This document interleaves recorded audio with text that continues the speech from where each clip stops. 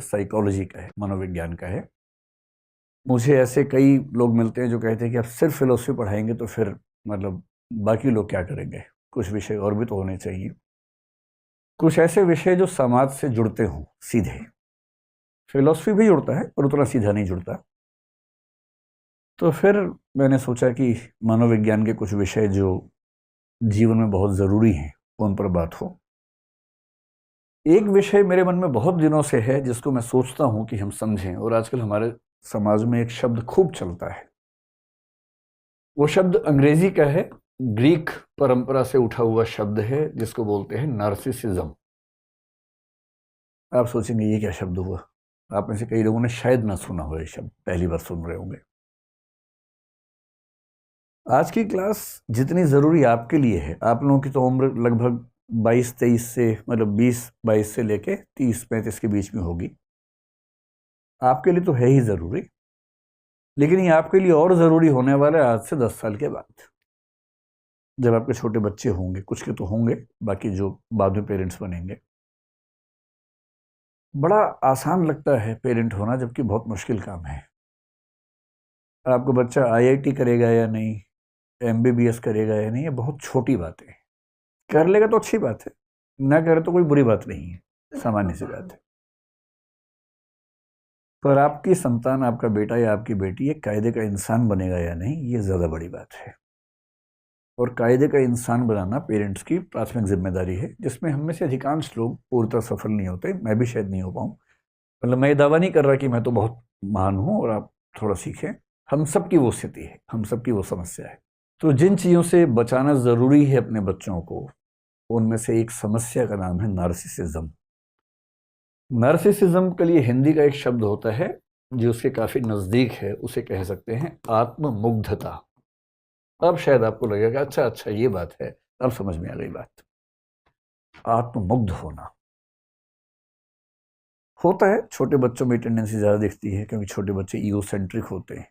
Egocentric का मतलब दुनिया के सेंटर में खुद को रख के जीवन को देखते हैं। एक शब्द आपने सुना होगा जिसको बोलते हैं सेल्फ कॉन्फिडेंस। और आप ये भी जानते हैं कि हर पेरेंट्स चाहते हैं कि उनके बच्चों में आत्मविश्वास होना चाहिए। ठीक भी है, आत्मविश्वास होना भी चाहिए। कई बार ये समझ नहीं आता कि आत्मविश्वास की रेखा कहाँ खत्म होती है और आत्ममुग्धता कहाँ से शुरू हो जाती है।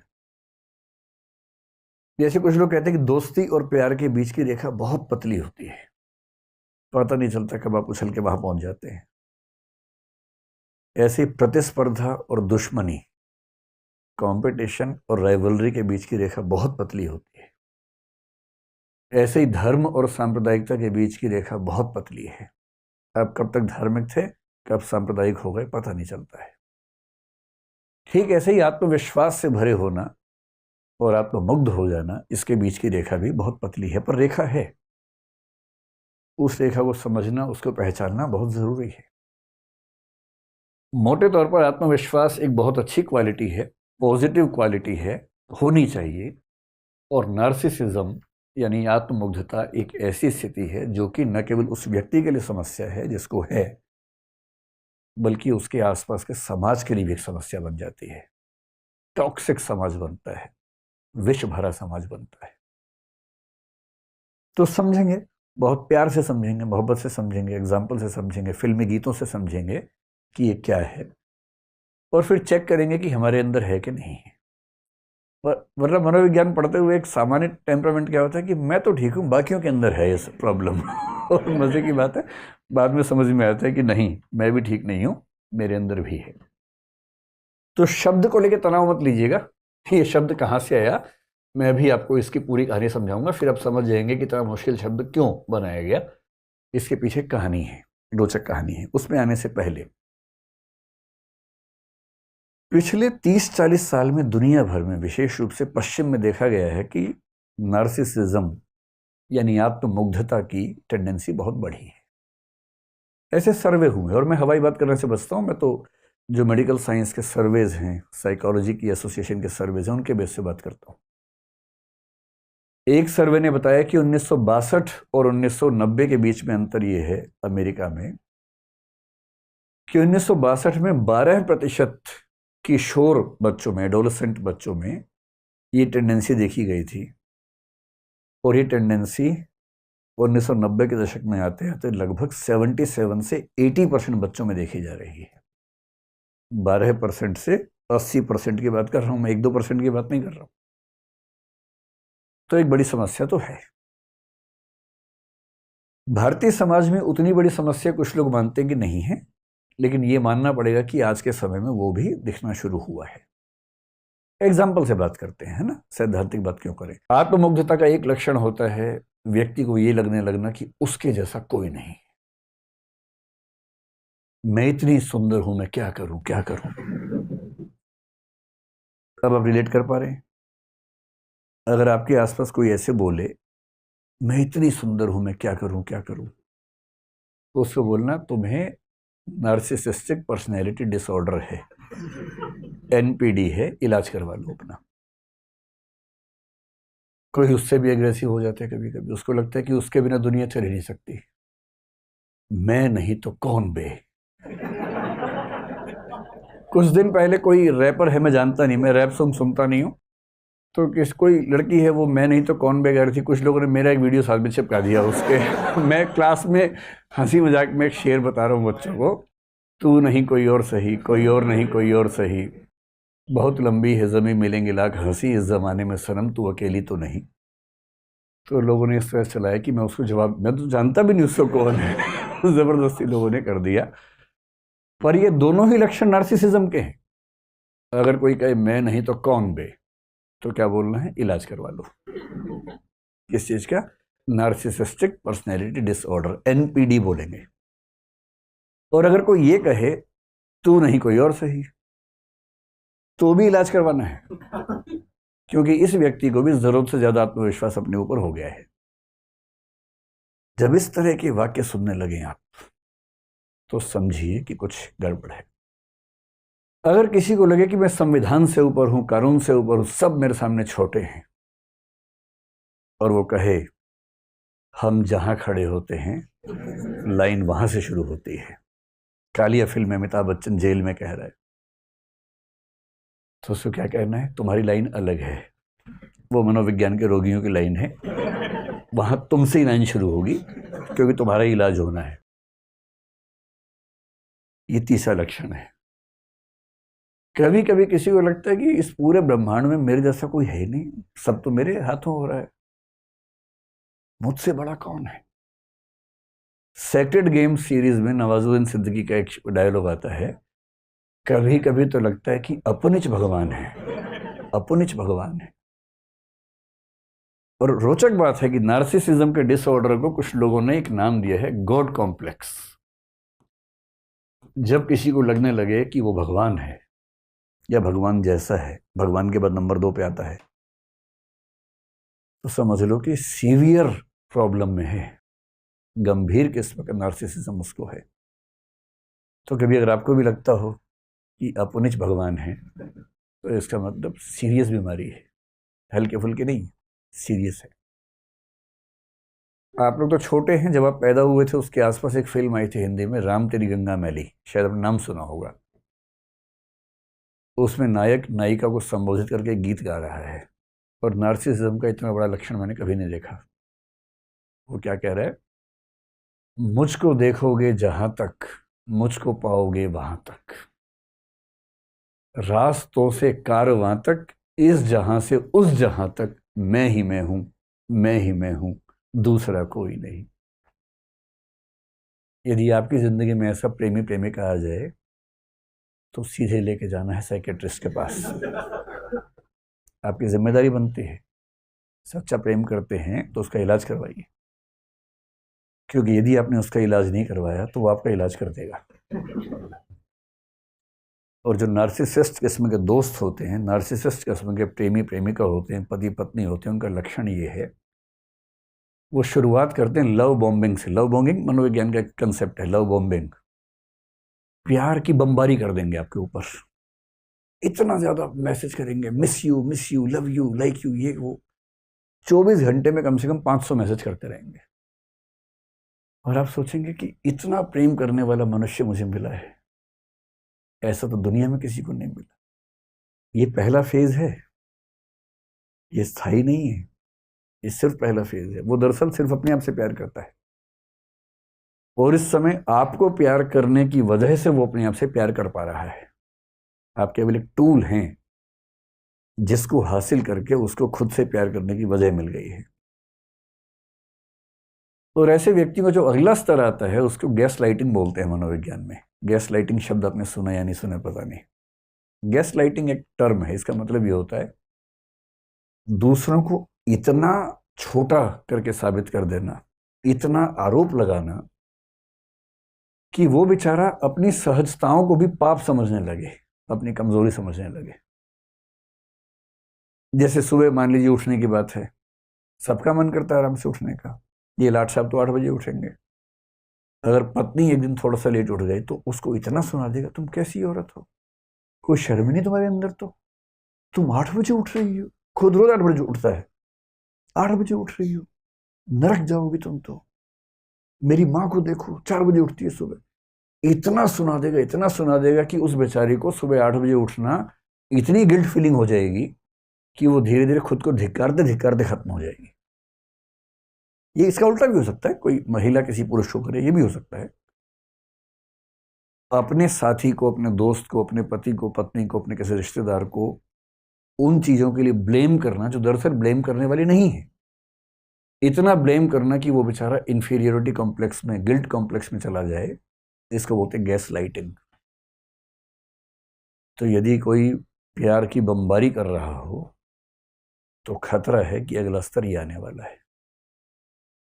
फिर वो आपको हर चीज के लिए जिम्मेदार साबित करेगा, आपका आत्मसम्मान छीन लेगा, सेल्फ रिस्पेक्ट, सेल्फ एस्टीम खत्म कर देगा।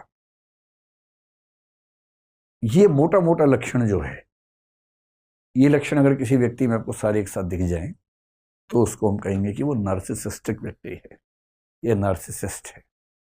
आपके मन में एक सवाल ये आ रहा होगा कि इतना मुश्किल नाम क्यों रखा है इसका? इसके पीछे एक कहानी है, और उस कहानी का जो केंद्रीय चरित्र है उसका नाम है नार्सिसस। और नार्सिसस के नाम से इसका नाम पड़ गया नार्सिसिज्म। दरअसल कहानी 2 कैरेक्टर्स की है, एक नार्सिसिस है और एक ईको है, या एको है जो भी आप बोलते हैं उसको। देखिए, दुनिया के सभी धर्मों में जो शुरुआती कथाएं हैं, कहानियां हैं ना, बहुत रोचक कहानियां हैं। उन कहानियों का एक पर्पस क्या होता है कि नैतिक विचार सिखाने के लिए कहानी का इस्तेमाल करें। जब आप छोटे थे, आपको याद होगा, आपके पेरेंट्स आपको कहानियां सुनाते होंगे। आपकी पीढ़ी तो नहीं सुना पा रही है, जब आप पेरेंट्स बनेंगे तो कहानियां शायद नहीं सुना पाएंगे, क्योंकि बच्चा सुनना भी नहीं चाहेगा। वो कहेगा आप चुप रहो, मैं टीवी में देख लूंगा, डोरेमोन आ रहा है मैं उसकी कहानी सुन लूंगा, और शिनचैन आ रहा है मुझे उसमें ज़्यादा रुचि है, आपकी कहानियों में कम रुचि है। लेकिन आज से 1-2 पीढ़ी पहले तक सारे बच्चे कहानियां सुन सुन के बड़े हुए हैं। और पेरेंट्स की कोशिश क्या होती थी, कहानियों के माध्यम से बच्चों को नैतिक मूल्य सिखा दें। ये दुनिया के हर समाज में होता था। और बच्चे कई मुश्किल सवाल पूछ लेते हैं, उनका जवाब देने के लिए भी कल्पनाएं कर लेते हैं। जैसे मैं सोचता हूं कि ग्रीक समाज में किसी बच्चे ने पूछा होगा कि जैसे आप कहीं जंगल में जाके जोर से आवाज दें तो वो आवाज बार बार रिपीट होती है, बाद में एको होती है। तो बच्चे पूछते होंगे कि ये आवाज कहां से आ रही है। अब उस समय फिजिक्स इतनी विकसित नहीं थी कि फिजिक्स के बेस पे इसका आंसर आप दे सकें, तो फिर लोग कल्पनाएं कर लेते हैं। उन्होंने कल्पना कर ली कि ये जो आवाज है, इस आवाज के पीछे एक कहानी है बेटा, और वो जो कहानी है, वो कहानी ये कहानी है। तो क्या कहानी है सुन लीजिए, फिर आपको पूरा अंदाजा हो जाएगा कि ये शब्द कहां से पैदा हो रहा है। एक बहुत प्रसिद्ध लेखक हुए हैं रोमन लिटरेचर में, ओविड नाम के। उनका एक महाकाव्य आपने नाम सुना होगा, मेटामॉर्फोसिस उसका महाकाव्य का नाम है, जो सीजर ऑगस्टस के समय में लिखा गया था, यानी कि ईस्वी पूर्व 27 से ईसा पश्चात 14 के बीच में कभी लिखा गया था, मतलब ईसा मसीह के दौर में लिखा गया था लगभग। उसमें जो भाग 3 है उसमें एक कहानी आती है, ये वाली कहानी। क्या कहानी है? ग्रीक कहानी है, ग्रीस की, यूनान की कहानी। ये एक लड़का था नार्सिसस, और ये कौन था? तो एक देवता है, नदियों के देवता ग्रीस में। जैसे हमारे यहाँ होता है ना कि वर्षा के देवता, सूर्य देवता, चंद्र देवता, वहां भी खूब देवता माने जाते थे उस समय में। तो जो नदियों के देवता थे, सिफिसस बोलते थे उनको, और साथ में एक अप्सरा थी। अप्सरा शब्द यहाँ भी खूब चलता है ना, हमारे यहाँ मेनका को अप्सरा माना गया। और कौन अप्सराएं हैं? उर्वशी है, रंभा है ना। अप्सराओं की कहानी यहाँ भी है, वहां भी होती है अप्सरा की कहानी। निम्फ बोलते हैं, NYMPH। निम्फ का मतलब होता है अप्सरा ग्रीक लिटरेचर में। तो एक अप्सरा थी वहां जिसका नाम था लिरियोपे। तो लिरियोपे नाम की अप्सरा और सिफिसस नाम के नदी देवता का जो पुत्र था उसका नाम था नार्सिसस। में एन लिख देता हूं। अब अप्सरा का बेटा है, देवता का बेटा है, तो स्मार्ट, सुंदर तो होगा ही होगा। बहुत ही सुंदर था। हमें अक्सर गलतफहमी ये होती है कि अपनी सुंदरता की वजह हम है, जबकि हम होता नहीं उसकी वजह। तुक्के से मिली होती है वो, तो है ना। तो इस बेचारे को ये नहीं पता था जो आपको पता है कि तुक्का है। इतना सुंदर था कि इस पे वो गाना सूट करता है, मैं इतना सुंदर हूं, मैं क्या करूं क्या करूं। सच में सूट करता है। इतना सुंदर था कि जो इसको देखता था पागल हो जाता था। इतना सुंदर। तो जितना सुंदर था उतना घमंडी भी था, घोर अहंकारी। अब कई लड़कियां इसको प्रपोज करती थी। भाई अगर कोई आपको प्रपोज करे, मान लीजिए, और आप नहीं पसंद करते हैं, तो कायदे से, विनम्रता से, डिसेंसी के साथ मना कर सकते हैं। सबसे अच्छा तरीका आप ये कहें कि मैं माफ़ी चाहता हूँ, मैं पहले से कहीं जबान दे चुका हूँ, वायदा कर चुका हूँ। बेशक ना दियो, कम से कम उसका अपमान तो नहीं होगा। सम्मान के साथ मना कर दीजिए। पर कुछ लोगों से मज़ा नहीं आता, उनको मज़ा आता है नीचा दिखाने में। कोई आपके पास आके बोले कि आप मुझे अच्छे लगते हैं, आप बोले तू शीशा देखा कभी? अरे भाई अपनी औकात में रह के सपने देखा कर। अजीब हाल है, भिखारी कहीं का।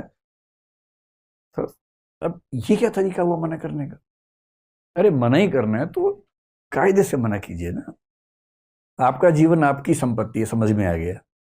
आप अपनी पसंद का व्यक्ति चुनेंगे, समझ में आता है। पर आप किसी का भी अपमान करते चलेंगे, ये तो सही बात नहीं है। इस घमंडी लड़के को इस बात का एहसास नहीं था, खूब अपमान करता था। किसी लड़की ने आके बोला, उसको इतना नीचा दिखाता था कि तू अपना मुंह देख, कैसी है तू, ये है वो है। पर लड़कियां बेचारी उसके बाद जीना भूल जाती थी कि इतना अपमान कर दिया है, विष का घूंट पीती थी। अच्छा, एक कहानी पढ़ के लगता है कि उस समय के ग्रीक समाज में शायद होमोसेक्सुअल रिलेशनशिप्स को लेकर भी बहुत तनाव नहीं था। क्योंकि कहानी में ये भी आता है कि एक लड़का भी इस पे दीवाना हो गया था। वो लड़का बोला कि तलवार, मतलब वो आया उसके पास कि मैं आपके लिए जान दे सकता हूँ, मैं कुछ भी कर सकता हूँ, मैं चाहता हूँ आपके साथ जीना। तो उसने कहा जान दे सकता है तो जान दे दे। वो अवाक रह गया। तो उसने तलवार निकाल के दी कि ले जान दे दे भाई, इतना ही शौक है तो। उसने सच में अपनी गर्दन काट दी और मरने से पहले भगवान से प्रार्थना की कि इस आदमी को सबक सिखाना है कि जितना नीचा दिखाता सब लोगों को। पर इसको एहसास था नहीं इस बात का। उसी समय एक और लड़की थी। वो लड़की एक अप्सरा थी बेसिकली। उसका नाम था एको, या इको कह लीजिए। खूब अच्छा बोलती थी, बहुत सुंदर थी। और एक देवी वीनस ने उसको एक बार ये कहा था कि तुम सबसे सुंदर अप्सराओं में से एक हो। बड़ी तारीफ की उसकी। बड़ी चंचल थी, खूब बोलने में शौकीन थी। एक बार इसने क्या किया कि देवताओं के एक देवता वहां बृहस्पति नाम के, जुपिटर जिनको हम बोलते हैं, जुपिटर के साथ एक खेल कर दिया। जुपिटर की पत्नी जूनो, उसको क्या कर दिया, आजकल की भाषा में क्या बोलेंगे उसको, वो जो सोशल मीडिया में दिखता है, प्रैंक। हाँ, प्रैंक कर दिया उसके साथ, प्रैंक कर दिया। तो जूनो को गलत फहमी पैदा कर दी कि उसका पति बाजार गया हुआ है, जबकि वो गया नहीं हुआ था। और जूनो गुस्से वाली थी, चिढ़ गई कि तू मेरे साथ प्रैंक करेगी, मैं तुझे श्राप देती हूँ। तो श्राप यहाँ नहीं होता, वहां भी होता था श्राप, हर जगह होता है। मैं तुझे श्राप देती हूँ। श्राप कहते, दो श्राप दे दिए। पहला, तू अपनी ओर से कोई भी वाक्य बोल ही नहीं पाएगी। और दूसरा, अगर किसी और ने कोई वाक्य बोला होगा तो तू केवल उस वाक्य के अंतिम कुछ शब्दों को ही दोहरा पाएगी। इको ऐसे ही होती है ना, तो पूरा इको की कहानी बना दी है। अब तू अपनी ओर से कोई नया वाक्य नहीं बोल सकती, और जो वाक्य बोला गया है उसके अंत के कुछ शब्दों को दोहरा सकती है। इतना ही बोलने का अधिकार तेरे पास है। उसके बाद से बेचारे सोचिए, इतनी सुंदर योग्य युवती थी और बेचारी बोल नहीं पाती है। खैर, जिंदगी जी रही थी किसी तरह से। एक दिन नार्सिसस अपने दोस्तों के साथ शिकार खेलता हुआ जंगल में गया, और जब जंगल में गया तो बाई चांस ऐसा हुआ कि ये अलग हो गया, इसके दोस्त कहीं चले गए, ये गुम हो गया। अब ये अकेला घूम रहा जंगल में, वहीं इको घूम रही थी। उसने इसको देखा, वो भी दीवानी हो गई इसकी, और अब पागल हो गई एकदम। इतना सुंदर था ये, वो भी अप्सरा है, कम नहीं है, ये तो अप्सरा का पुत्र है, देवता का पुत्र है। अब वो दीवानी बन बन के पीछे घूम रही है, सामने नहीं आ रही है भी। अच्छा, इसको एहसास हो रहा कोई है आसपास, पेड़ों की आवाज से, पत्तों की आवाज से। तो उसने कहा कौन है, उसने क्या कहा कौन है, क्योंकि बोल नहीं सकती। इसको लगा अजीब पहेली कोई खेल रहा है मेरे साथ। फिर इसने कहा सामने आओ, उसने कहा सामने आओ।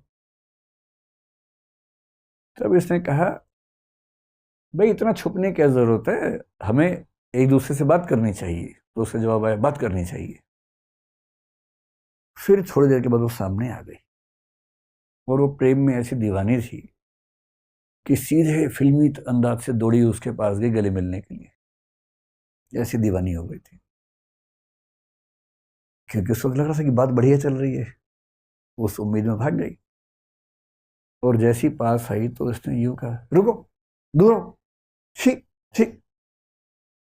फिर बोला कि इससे पहले मैं मर जाना पसंद करूंगा, बजाय ये कि तुम मेरे शरीर का आनंद लो। वो बेचारी इको क्या बोली, तुम मेरे शरीर का आनंद लो। बात और बिगड़ गई इससे। और ये वाक्य जैसी उसके मुंह से निकला, उसको खुद इतनी शर्मिंदगी हुई अपने ऊपर, रोती हुई, खून के आंसू रोती वहां से भागी, और इसे धिक्कार के भगा दिया। उसका स्पर्निंग बोलते हैं अंग्रेजी में, धिक्कार करके भगा दिया। ये अपनी औकात देख, अपना मुंह देख। जब वो रोती हुई गई तो उसकी सहेलियां जो थी अप्सराएं, वो चली गई एक देवी के पास। नेमेसिस नाम था उन देवी का। ग्रीक लिटरेचर में नेमेसिस का मतलब है रिवेंज की देवी, प्रतिशोध की देवी। प्रतिशोध की भी एक देवी है उनके यहाँ। ये सहेलियां गई, उनका कि देखो ये जो लड़का है ना बहुत बदतमीज है, इसने हमारी सहेली का दिल दुखाया है, पहले कितने लोगों का दिल दुखा चुका है, कितने लोग तो बेचारे जान दे चुके हैं इस चक्कर में, आप प्रतिशोध लो इससे। तो देवी ने कहा अच्छा ठीक है, इसका अकाउंट शुरू करते हैं। और फिर एक दिन ये फिर से शिकार करने गया, तो देवी ने एक जाल बुना इसके लिए, नेमेसिस ने। और इसको प्यास लगी बहुत जोर से। पानी ढूंढते ढूंढते जब आगे बढ़ा, वहां एक पूल था, तालाब समझ लीजिए, सुंदर सा तालाब था। पर तालाब इस तरह से बना हुआ था कि उसमें कुछ कदम रख के, मतलब तालाब समझ लीजिए कि इस तरह का तालाब था। ये संभव नहीं था कि अब इसमें 2 कदम चले जाएं, बहुत गहरा तालाब था। तो यहां लेट के फिर पानी निकालने की स्थिति थी, ऐसे करके। तो ये पेट के बल लेटा नीचे से पानी निकालने के लिए, पीने के लिए। और जैसे ही लेटा, इसको अपनी ही परछाई देखी पानी के अंदर। वैसे जब ये पैदा हुआ था, एक साधु को बुलाया गया था। साधु से पूछा गया कि इस बच्चे का भविष्य क्या होगा। जैसे हमारे यहाँ होता था, वहां भी होता था, बच्चे का भविष्य क्या होगा। साधु ने कहा कि जब तक ये अपने आप को नहीं जानेगा, तब तक इसका जीवन बहुत अच्छा रहेगा। जिस दिन इसने खुद को जान लिया, मुश्किल हो जाएगा। और आज उसने पानी में अपने रिफ्लेक्शन को देख लिया। जैसी देखा, ये खुद दीवाना हो गया। अच्छा, इसको ये नहीं पता था कि वो रिफ्लेक्शन है। उस समय तक विज्ञान उतना विकसित नहीं था कि समझ जाए कि रिफ्लेक्शन है। उसको लगा कोई और है, पानी के अंदर का देवता है शायद कोई। ये इतना पागल हो गया, जितनी पागल इको हुई थी इसके लिए, उतना ही पागल हो गया। और सहेलियों ने यही कहा था कि इसको भी ये पीड़ा समझ में आनी चाहिए कि जब हम किसी से प्रेम करते हैं और वो जब हिकारत से बात करता है तो कैसा लगता है। अभी बेचारा उससे कह रहा तुम कौन हो दोस्त, वो जवाब ही नहीं दे रहा। मजे की बात है, एक लड़का एक लड़के से ही कह रहा है, और ग्रीक लिटरेचर में इस बात को लेकर तनाव नहीं है उस समय। ये फिर कह रहे कि मैं तुमसे मिलना चाहता हूँ, जवाब ही नहीं दे रहा। खूब रिक्वेस्ट कर करके मर गया, जवाब ही नहीं आता था अंदर से। अंत में बोला कि अगर तूने मुझे जवाब नहीं दिया तो इस जीवन का लाभ ही क्या है। और पीछे पेड़ के पीछे खड़ी होकर सुन रही है ईको। उसको खुशी हो रही है कि आज इसको समझ में आई बात। और अंत में इसने तय किया कि अगर मैं इसके साथ जीवन नहीं गुजार सकता हूं तो ये जीवन बेकार है, और उसने अपने जीवन को समाप्त कर लिया। और अंतिम वाक्य क्या बोला?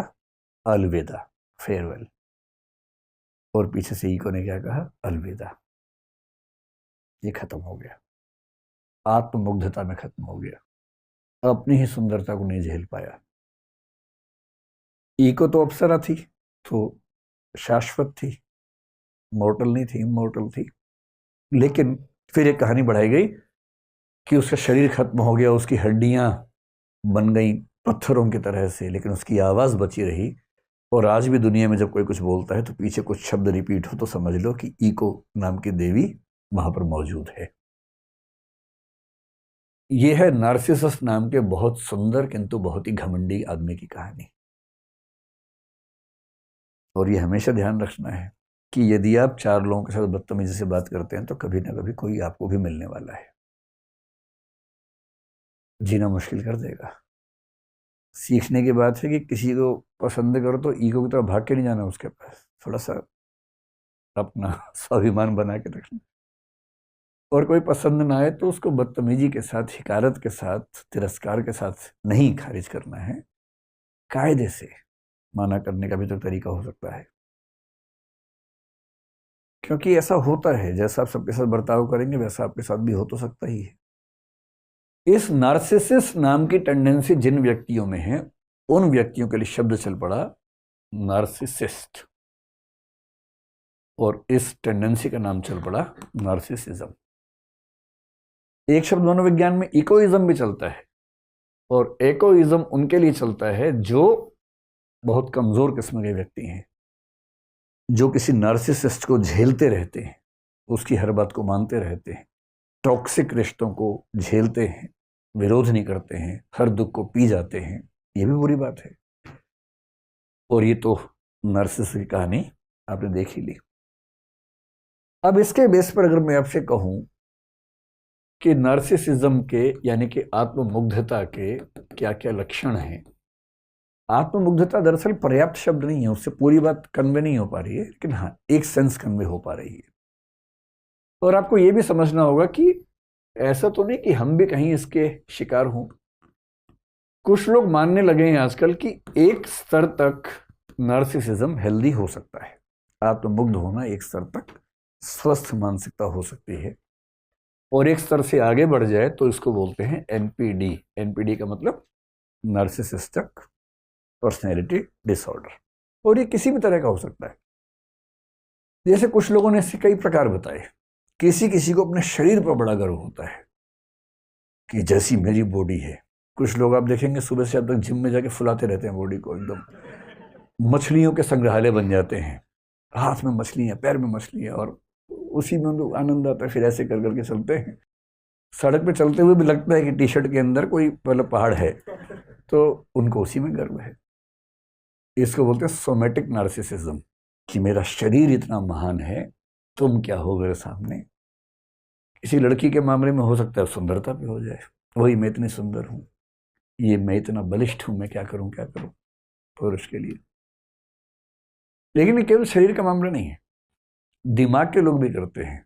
उसके लिए एक शब्द चलता है सेरिब्रल या इंटेलेक्चुअल नार्सिसिज्म, कि मेरे पास जैसी बुद्धि है ना वो किसी के पास नहीं, जो बात मुझ में है वो किसी और में नहीं। जैसे पश्चिम में आप देखेंगे कई ऐसे चिंतक हुए। भारतीय दर्शन में आपको दार्शनिकों के नाम आमतौर पर नजर नहीं आएंगे, परंपराएं हैं। एक परंपरा में सैकड़ों दार्शनिक है, किसी का नाम सामने नहीं आता। पश्चिम में इंडिविजुअल्स के नाम सामने आते हैं हमेशा, क्योंकि इंडिविजुअलिज्म वहां की टेंडेंसी रही हमेशा। हीगेल इतना महान विचारक हुआ, उसके बाद कार्ल मार्क्स आ गया। जर्मनी में दोनों हुए और लगभग साथ साथ ही हुए, थोड़े से गैप के बाद। मतलब 18वीं सेंचुरी में हीगेल हुआ, उसके कुछ समय के बाद 19वीं सेंचुरी की शुरुआत में मार्क्स हो गया। मार्क्स ने हीगेल से बहुत कुछ सीखा, जिसको हम बोलते हैं डायलेक्टिकल मेथड, उसी से सीखा। बस डायलेक्टिकल मेथड को मटेरियलिज्म के साथ एसोसिएट कर दिया, जो उसने नया काम किया। लेकिन बोला क्या कि हीगेल ठीक कह रहा था, लेकिन हीगेल सिर के बल खड़ा था, मैंने उसको सीधा कर दिया। अब ये जो है ना मैं का भाव, मैंने उसको सीधा कर दिया, अजीब किस्म का अहंकार है भाई। और मार्क्स के ही एक भक्त लेनिन के बारे में कहते हैं कि लेनिन ने मार्क्स से केवल से पैर केवल खड़ा कर दिया। जॉर्ज लुकास ने ऐसा खुल के कहा कि मैंने उसको पैर केवल खड़ा किया मार्क्स को। ये अहंकार बौद्धिक लोगों में भी होता है, बहुत होता है। मेरा सिद्धांत, मेरा विचार, इससे महान कुछ नहीं हो सकता। यह है सेरिब्रल किस्म का या बौद्धिक किस्म का नार्सिसिज्म। एक और है जो आजकल खूब देखता है, स्पिरिचुअल नार्सिसिज्म। कुछ लोग स्पिरिचुअल की बात करते हैं बहुत ज्यादा। कोई बाबा हो सकता है, कोई किसी भी धर्म का बाबा हो सकता है, और आप उससे बात कर रहे हैं, वो आपको ज्ञान दे रहा है कि भाई आत्मा ऐसे, परमात्मा ऐसे, ये करो वो मत करो, और आपने एक सवाल पूछ लिया। अब वो इस हिकारत के भाव से आपको देखेगा, तू समझता कि अपने आप को नीच पुरुष, नीच औरत, अध्यात्म सिर्फ मुझे आता है और किसी को नहीं आता है, जो मेरे मुंह से निकलेगा वही अध्यात्म है। यदि कोई ऐसी बात करता हुआ देखे तो वो स्पिरिचुअल नार्सिसिज्म का शिकार है। तो हर क्षेत्र के लोग ऐसे हो सकते हैं, ये किसी क्षेत्र विशेष की बात नहीं है। हेल्दी नार्सिसिज्म क्या होता है कि एक तो जो बच्चे होते हैं, आप देखेंगे छोटे बच्चों में आमतौर पर एक टेंडेंसी होती है, जैसे कोई छोटा सा बच्चा है, आप माताएं क्या करती हैं बच्चों को थोड़ा सिखाने के लिए, बच्चा कह रहा है कि माँ मैं मजबूत नहीं हो रहा हूँ, तो माँ बोलती है बेटा दूध पियोगे तो मजबूत होगे। तो बच्चा दूध का गिलास पूरा गटगट पी जाता है, फिर बोलते हैं माँ मजबूत हो गया। फिर माँ बोलती है बेटा तो सबसे मजबूत बच्चा है दुनिया का। फिर बच्चा ऐसे कर कर घूमता रहता है दिन भर कि मैं सबसे मजबूत बच्चा हूँ। उसको उतना ही पता दुनिया में बेचारा उसी में मस्त रहता है। ये भी नार्सिसिज्म है कि मैं सबसे मजबूत बच्चा हूँ, मैं सबसे समझदार बच्चा हूँ। माँ ने बच्चे से कहा बेटा बताओ 3 गुणा 3 क्या होता है? बच्चे ने कहा मम्मी 9 होता है। माँ कह रही वाह, आज तक इतने छोटे बच्चे ने नहीं बताया है, तुम बेटा अलग ही लेवल के बच्चे हो। जबकि हर घर में उस क्लास का बच्चा बता रहा है, पर इस बच्चे को ये नहीं पता कि हर घर में ये वाला खेल चल रहा है। इसको लग रहा है कि मैं सच में दुनिया में सबसे महान बच्चा हूं। पर वो माताओं का एक तरीका है, पेरेंट्स का एक तरीका है, ताकि बच्चा इसी कॉन्फिडेंस में सीखे और आगे बढ़े। तो उसको बोलते हैं ठीक है, वो हेल्दी लेवल है, उसमें कोई दिक्कत नहीं है। अगर किसी का नार्सिसिज्म किसी बड़े सोशल गुड के साथ जुड़ा हो, सोशल गुड का मतलब बड़ी भावना के साथ जुड़ा हो, मुझे अपने देश का नाम रोशन करना है और मैं उसके लिए ऐसा करूंगा, मैं इतना पढ़ूंगा, मैं इतना वो कर दूंगा, देश का नाम रोशन करूंगा, तो हो सकता है कि नार्सिसिज्म हो, लेकिन आप देश के साथ जोड़ रहे हो, समाज के साथ जोड़ रहे हो, तो फिर भी उसको मान लेते हैं कि हेल्दी हो सकता है। और तीसरा, अगर वो कंट्रोल में है, कंट्रोल का मतलब देखो थोड़ी बहुत तो खुशी सबको होती है, स्वाभाविक बात है। अपने आप को लेके खुशी का भाव होना बहुत स्वाभाविक है। एक भाव है सेल्फ एस्टीम, जिसका मतलब है कि अपने व्यक्तित्व को लेके खुशी का भाव रखना स्वाभाविक बात है। किसी किसी मामले मन में आते हैं कि यार बात तो है मेरे अंदर, कुछ कुछ तो बात है मेरे अंदर, है ना। ये बात थोड़ी बहुत आए तो उसमें कोई दिक्कत भी नहीं है, बस इससे ढिंडोरा मत पीटिए, है ना। मन में आ रहा तो क्या दिक्कत है, थोड़ी बहुत आने दीजिए, और कंट्रोल में रहे तो कोई दिक्कत भी नहीं है कि मेरे अंदर बात तो है, ठीक है, उसके अंदर भी बात है, हाँ उसके अंदर भी बात है यार, उसके अंदर, हाँ उसके अंदर भी बात है, तो कोई समस्या नहीं। दिक्कत है कि केवल मेरे अंदर बात है और किसी में नहीं। गालिब जैसा महान शायर एक लाइन लिख के गया, हैं और भी दुनिया में सुखनवर बहुत अच्छे। सुखनवर मतलब कविता लिखने वाले, सुखना मतलब कविता होता है। हैं और भी दुनिया में सुखनवर बहुत अच्छे, कहते हैं कि गालिब का है अंदाजे बयां। और ये गालिब खुद कह रहे हैं कि यूं तो दुनिया में और भी बहुत शायर हैं अच्छे अच्छे, पर कहते हैं कि गालिब में जो बात है वो बात नहीं है, वो अंदाजे बयां, वो कहने का तरीका किसी और में नहीं है। अब ये भी नार्सिसिज्म एक तरह का, पर ये ठीक है, हेल्दी है, हंसी मजाक में कही गई बात है। फिर गालिब ये भी कहेंगे कि जब मैं मर जाऊंगा लोग बहुत याद करेंगे मुझे, तुम तो मुझे भाव नहीं दे रहे इस समय, बाद में बहुत याद करोगे। कि वो हर एक बात पे कहना कि यूं होता, मतलब हुई मुद्दत के गालिब मर गया पर याद आता है, वो हर एक बात पे कहना कि यूं होता तो क्या होता। ऐसा कई लोग करते हैं, वहां तक दिक्कत नहीं है। आज की इस चर्चा का पर्पज ये नहीं कि अब अपनी तारीफ करना भूल जाए, कीजिए, ज्यादा मन में कीजिए, थोड़ी बहुत बाहर कर लीजिए, लेकिन जब बाहर करें अपने साथ साथ औरों के भी कर लीजिए। जब औरों के भी करेंगे तो ठीक है, जब आदमी केवल अपनी तारीफ में मशगूल रहे रात दिन, तब समस्या है। लेकिन जब हम कहते हैं कि नार्सिसिज्म एक डिसऑर्डर बन गया, तो उसके 3-4 लक्षण क्या हैं, इनको आज से पहचानना शुरू कर दीजिए अपने आसपास के व्यक्तियों में, और आसपास से पहले अपने अंदर। वरना आदमी बाहर ही देखता रहता है लंच लेके, खुद को नहीं देखता। कई बार ये भी होता है ना। जैसे एक बड़ा इंटरेस्टिंग विवाद फिलोसफी में हुआ। एक ह्यूम नाम के दार्शनिक ने कहा कि मैंने आत्मा को ढूंढने की बहुत कोशिश की अपने अंदर झांक झांक के, लेकिन आत्मा मिली नहीं।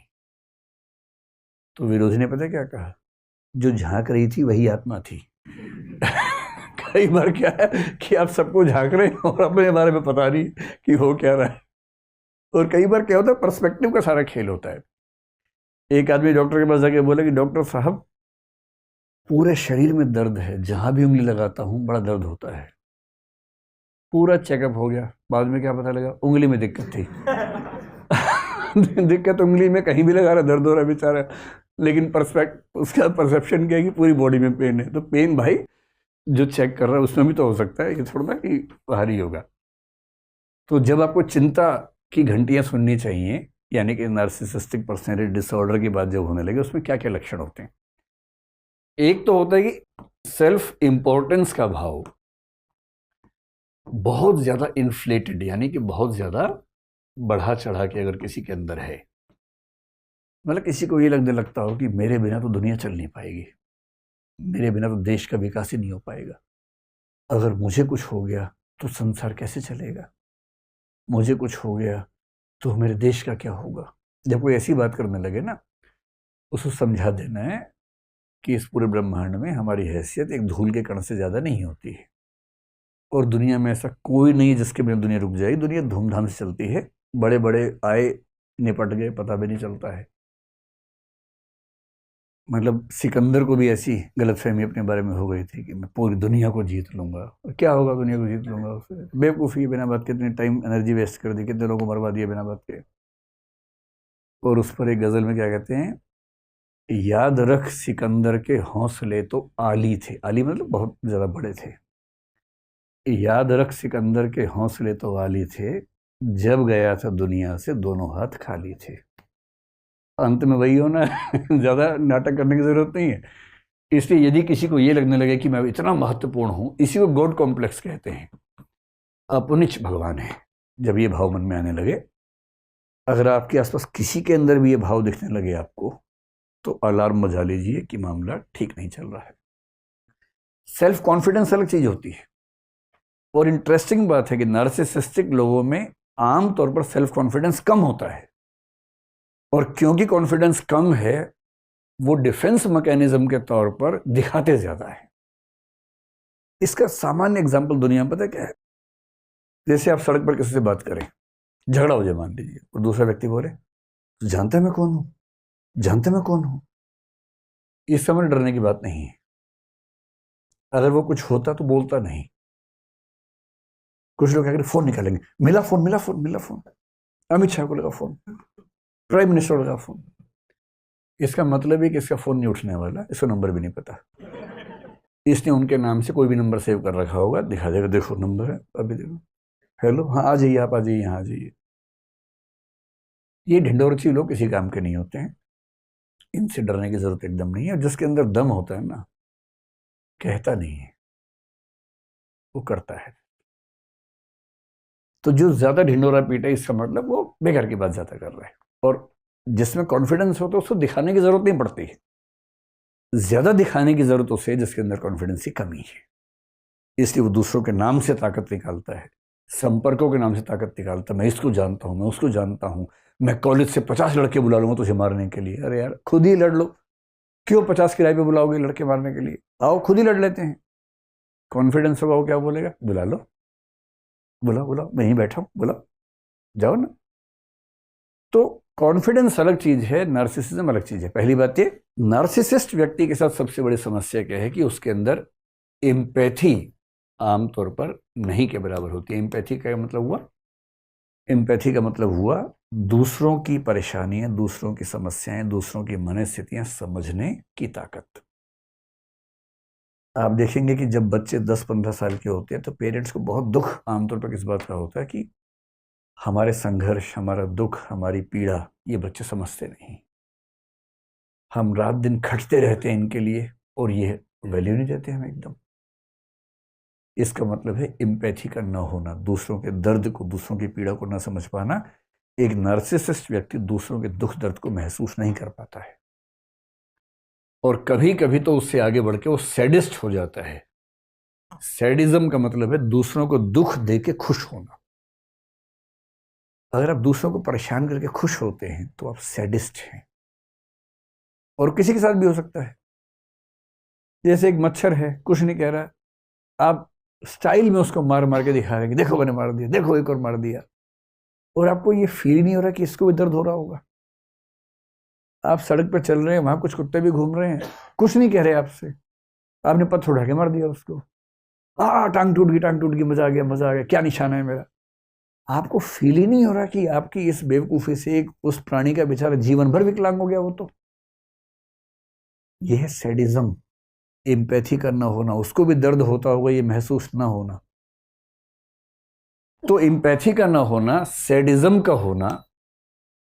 एक नार्सिसिस्ट व्यक्ति कभी भी अपने क्रिटिसिज्म को, अपनी आलोचना को नहीं सुन पाएगा।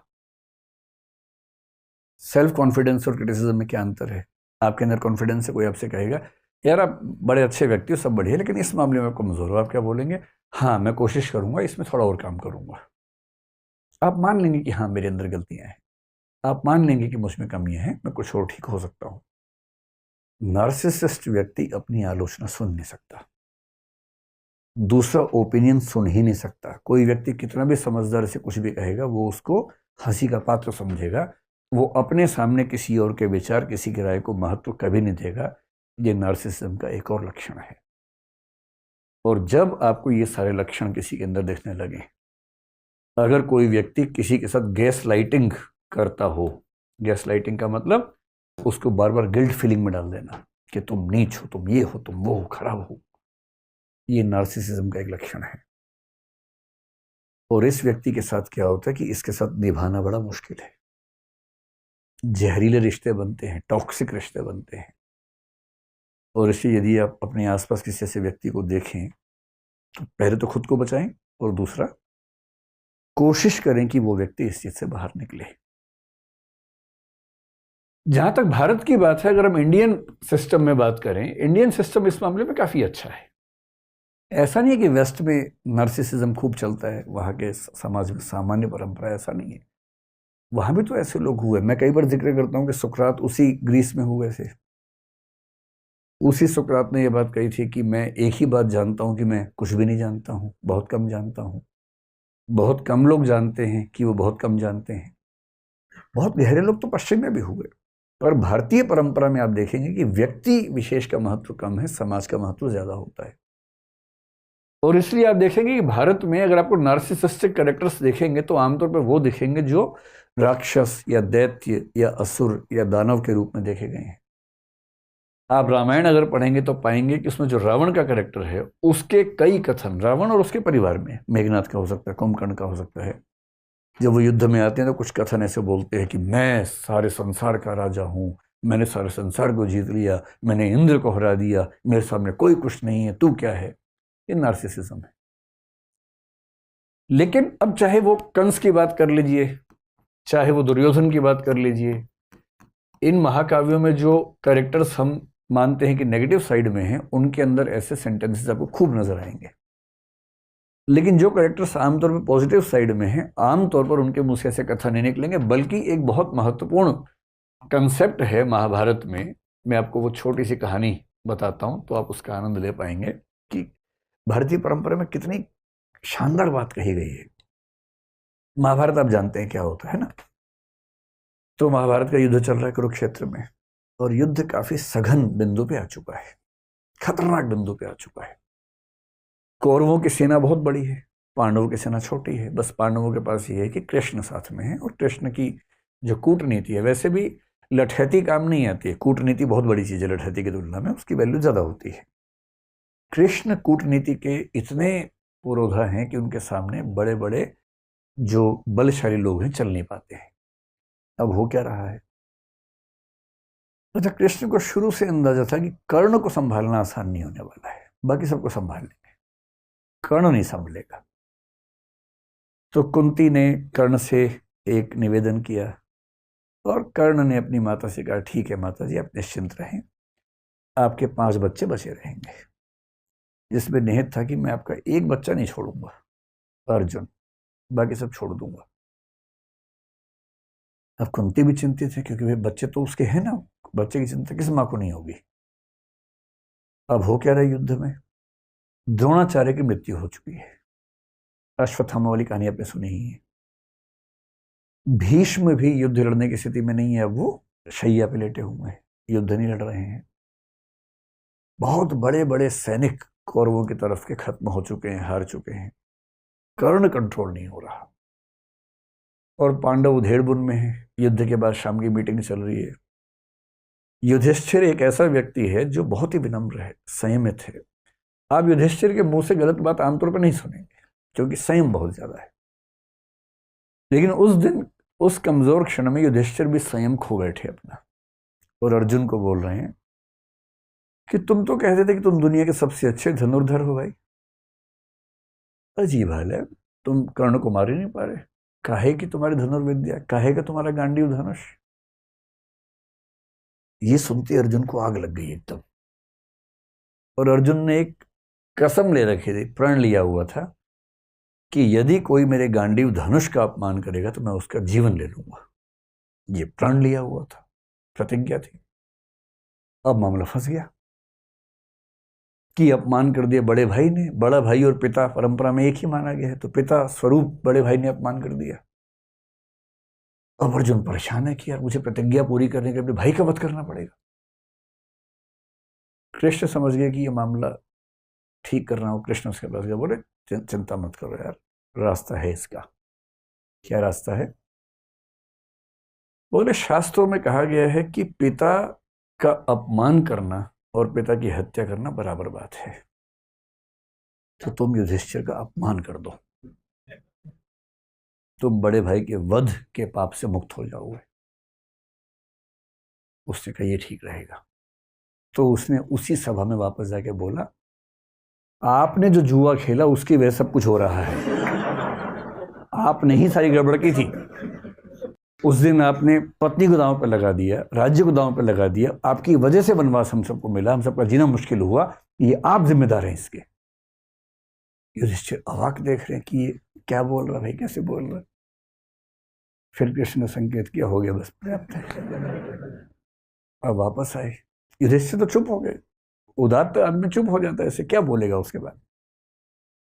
अब अर्जुन को गिल्ट फीलिंग बड़ी खतरनाक है। कृष्ण के पास बैठ के बोल रहा है कि मैं ये झेल नहीं सकता, पिता की निंदा और पिता की हत्या बराबर है। मैंने पिता की निंदा की, यानी कि मैंने पिता की हत्या की है, और पिता की हत्या के बाद मैं जीवित रहूं ये संभव नहीं है, मैं तो खुद को खत्म करूंगा। सबने समझा है पर वो अड़ गया ना, और फिर चिता तैयार कर ली गई उसके लिए। अब कृष्ण को लगा बताओ यार, एक सॉल्यूशन निकाला है तो मामला दूसरा फंस गया। फिर कृष्ण ने मामला संभाला। कृष्ण तो मामला संभाल लेते हैं। कृष्ण बोले देखो शास्त्रों में एक बात और कही गई है। तो अर्जुन तो तैयार था एकदम। तो उसने कहा क्या कहा गया है? कृष्ण ने कहा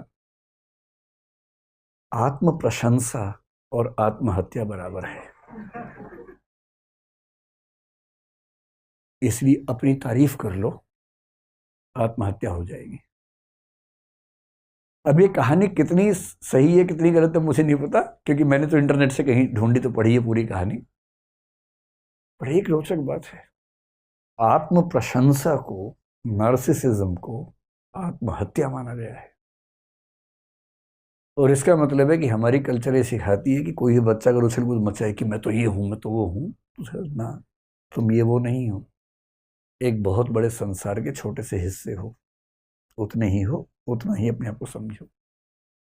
और इसीलिए आपको इंडियन फिलॉसफी, इंडियन लिटरेचर की परंपरा में ऐसे एक से बढ़कर एक लोग दिखेंगे, बहुत योग्य थे पर बड़ा बोल नहीं बोलते थे। बड़े बड़ाई ना करें, बड़ा ना बोलें बोल, रही मन हीरा कब कहे, लाख टका मेरो मोल। जो बड़ा होता है बड़ाई नहीं करता है अपनी। रहीम कह रहे हैं हीरा कब कहता है कि मेरा मोल लाख टका है, नहीं कहता, कहना भी नहीं चाहिए। क्यों कहना चाहिए? तो रहीम की ये लाइन नार्सिसिज्म के खिलाफ ही तो है। तुलसीदास जैसा आदमी जो इतना महान महाकाव्य, मतलब पूरी भारतीय परंपरा में सबसे महान महाकाव्य कौन सा मानता है? रामचरितमानस। भारत के दुनिया भर में मानते हैं क्योंकि उतनी प्रसिद्धि किसी को नहीं मिली। वो आदमी इतनी महान रचना लिखने के बाद भी क्या लिखता है? कवित विवेक एक नहीं मोरे, सत्य कहो लिखी कागज कोरे। यानी कविता करने का विवेक रत्ती भर मेरे अंदर नहीं है, मैं तो जो सच समझता हूं कोरे कागज पर लिख देता हूं, बस इतना ही करता हूं। कवि न हो नहीं बचन प्रवीणु, सकल कला सब विद्याहीनु।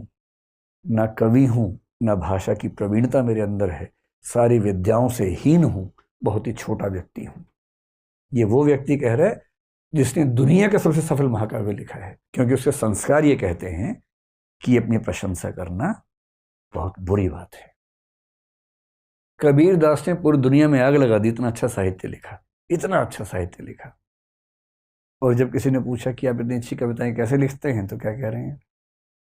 तुम जिन जान्यो गीति हैं वह निज ब्रह्म विचार। तुम जिनको मेरी कविताएं बता रहे हो ना, कविता वविता कुछ नहीं है, मैं तो अपनी बात भगवान के बारे में लिखता हूँ, आप उसको बोलते कविता है। कविता कहाँ? ना मैं पढ़ा लिखा हूँ ना मैं कुछ जानता हूँ।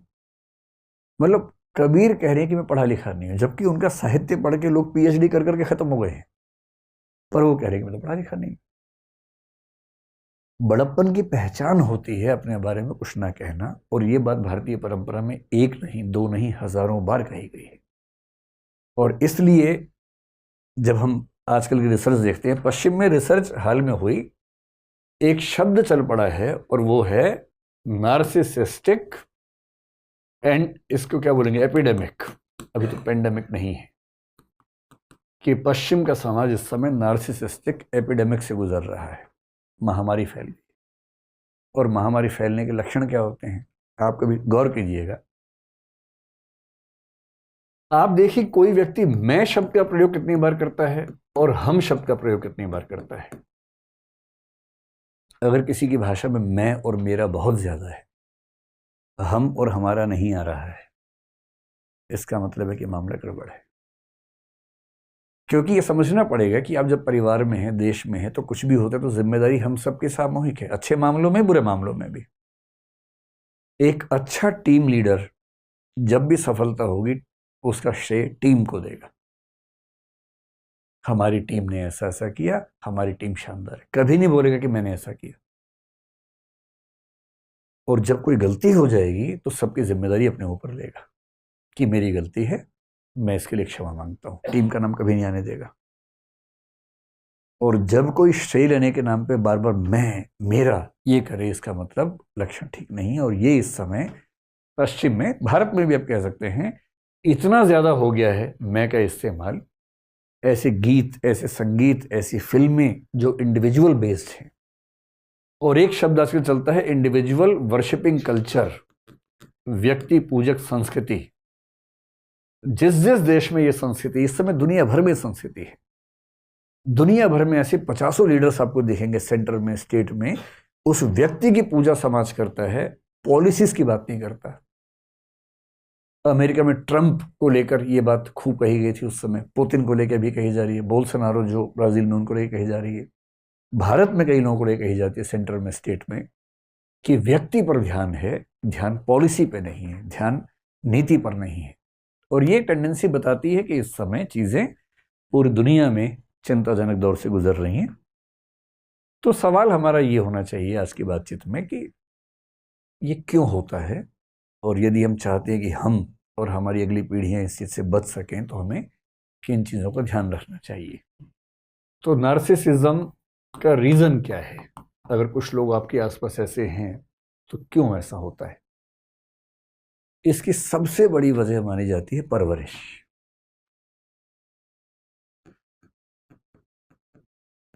परवरिश कह लीजिए, तरबियत कह लीजिए, चाइल्ड रीडिंग कह लीजिए, बच्चों का सोशलाइजेशन कह लीजिए, जो भी शब्द इसके लिए आप चुनना चाहें।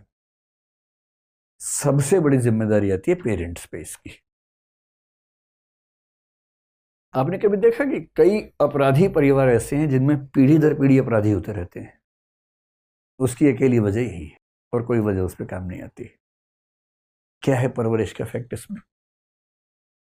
अगर आप अपने बच्चे को जरूरत से ज्यादा, दो में से एक चीज, जरूरत से ज्यादा तारीफ अगर करते हैं या जरूरत से ज्यादा उसका दमन करते हैं, सप्रेशन करते हैं, दोनों ही स्थितियों में यह खतरा है कि वो आगे चलकर नार्सिसिस्टिक पर्सनैलिटी डिसऑर्डर का शिकार हो सकता है।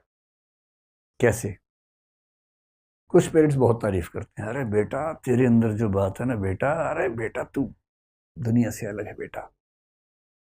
अब वो बेटा गया किस दिन किसी को पीट के आ गया, क्योंकि बाप ने कहा था बहुत साहसी हो, तो साहस कहीं तो दिखाएगा ना बच्चा। अब जिस दिन बच्चा किसी को, दूसरे बच्चे को पीट के आ गया, देखने की बात है कि उस दिन माँ बाप ने क्या कहा। कुछ माँ बाप कहेंगे ये क्या बात हुई भाई, अजीब हालत है, चलो चल के सॉरी बोलो उसको। एक ये तेवर होता है जो कि ठीक भी है। एक ये होता है कि चलो कोई बात नहीं यार, ठीक है हो जाता है, इसका मतलब पीटा हो कभी कभी हम कुछ नहीं बोलेंगे। तीसरा क्या होता है, उसने कितने मारे पापा, दो, तूने 8, क्या बात है यार मेरा बेटा है, मजाक है। अरे अब कितने साल के हो गए बेटा, 8 साल के, बेटा 12 का हो जा तमंचा दिलवा दूंगा। 12 में तमंचा, 16 में चेन गन बेटा, फिर सबको मारना आराम से, जो भी ठीक ड्रेस व्रेस में ना उसको मार देना, है ना, खराब चीजों को देखना अच्छा नहीं होता, मार ही देना उसको। अब इस परिवार में जो बच्चा है जिसको संस्कार ये मिल रहे हैं पेरेंट्स से, क्या वो ठीक इंसान बन पाएगा? कभी नहीं बन पाएगा। फिर वो अपने बाप को देखता है, उसके बाप का व्यवहार उसकी माँ के साथ ऐसा है जैसे मालिक और दास का संबंध हो। उस महिला को इतनी हिम्मत नहीं कि परिवार के मसलों में एक सेंटेंस भी बोल सके। तो वो क्या सीख रहा है कि सारी शक्ति मेरे पास होनी चाहिए, और जब वो बड़ा होगा सारी पावर मेरे पास, मैं कालीन भैया बनूंगा। कालीन भैया मेरे अच्छे दोस्त हैं, मैं जानबूझकर ना बोल रहा हूँ। तो मैं कालीन भैया बनूंगा, सारी पावर मेरे पास होगी, इस पूरे इलाके में कोई सांस भी लेगा तो मुझसे पूछ के लेगा, वरना गोली मार देंगे। तो जो परवरिश में यदि आपने गलत चीजों पर तारीफ करनी शुरू कर दी, बच्चे ने हिंसा की, बच्चे ने गाली दी, गाली दे क्या है, कौन सी, ये वाली, अरे बेटा 3 और सिखाता हूँ, नोट कर, नोट बनाओ, ये वाली गाली है, ये वाली है, ऐसे देते हैं, इस सीक्वेंस में देते हैं। अगर आप इस लेवल पर बच्चों को ट्रीट कर रहे हैं तो सीधी सी बात है कि बच्चे आगे चलकर आपसे आगे ही निकलेंगे। हर बाप चाहता है कि बच्चा आगे निकले, तो बच्चा आगे निकल जाता है।